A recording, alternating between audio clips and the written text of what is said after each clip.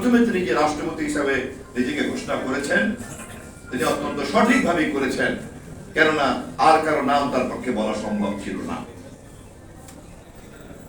আওয়ামী লীগের তৎকালীন নেতৃবৃন্দরা যখন তার সঙ্গে কথাবার্তা বলে এই দায়িত্ব আওয়ামী লীগ গ্রহণ করেছে বলে তাকে সন্তুষ্ট করতে পেরেছে, তিনি তখনই দ্বিতীয় ঘোষণা দিয়েছেন, রাজনৈতিক সংগ্রামের নেতা ছিলেন যিনি, পাকিস্তানের প্রধানমন্ত্রী হিসেবে নির্বাচিত ছিলেন যিনি, গ্রেফতার বরণ করেছেন যিনি, তার দলের তখন সিদ্ধান্তের প্রেক্ষিতে তিনি বলেছেন second time on behalf of Sheikh Mujib, এবং সেই ধারাবাহিকতাতেই যুদ্ধ শুরু হয়েছে।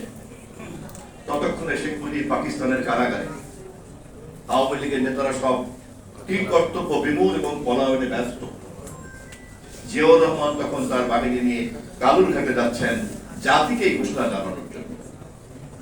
25শে মার্চ দিবাগত রাত্রে রাত 2টার সময় যেই বাঙালি মেজর বিদ্রোহ করে বলেছিল আই রিভোল্ট, সেই বাঙালি মেজরই কালুরঘাট বেতার কেন্দ্র গিয়ে বলেছেন স্বাধীনতা যুদ্ধের ঘোষণা দিয়ে ডাক দিচ্ছি, I major Zia declare independence. যা আমি বলছি এ কোনোটাই কিন্তু আমাদের কারো ব্যক্তিগত কথা না, এ সবই আপনাদের জানা ইতিহাস এবং বয়স্কদের সকলেরই প্রত্যক্ষ দেখা ইতিহাস। এগুলি আমার আলোচনার বিষয় না। আমার আলোচনার বিষয় হচ্ছে জলজান্ত এই ইতিহাসের সত্যগুলি জানা সত্য, দেখা সত্য, সাক্ষীরা জীবিত সত্য কেন আমাদেরকে বিতর্ক করতে হচ্ছে? ইতিহাস তো কেউ কোনো মানুষ নতুন করে তৈরি করে না, নতুন করে লিপিবদ্ধ করে না, বর্ণনা করে না। ইতিহাস তার নিজের বিবর্তনের ধারায় জন্ম নেয়।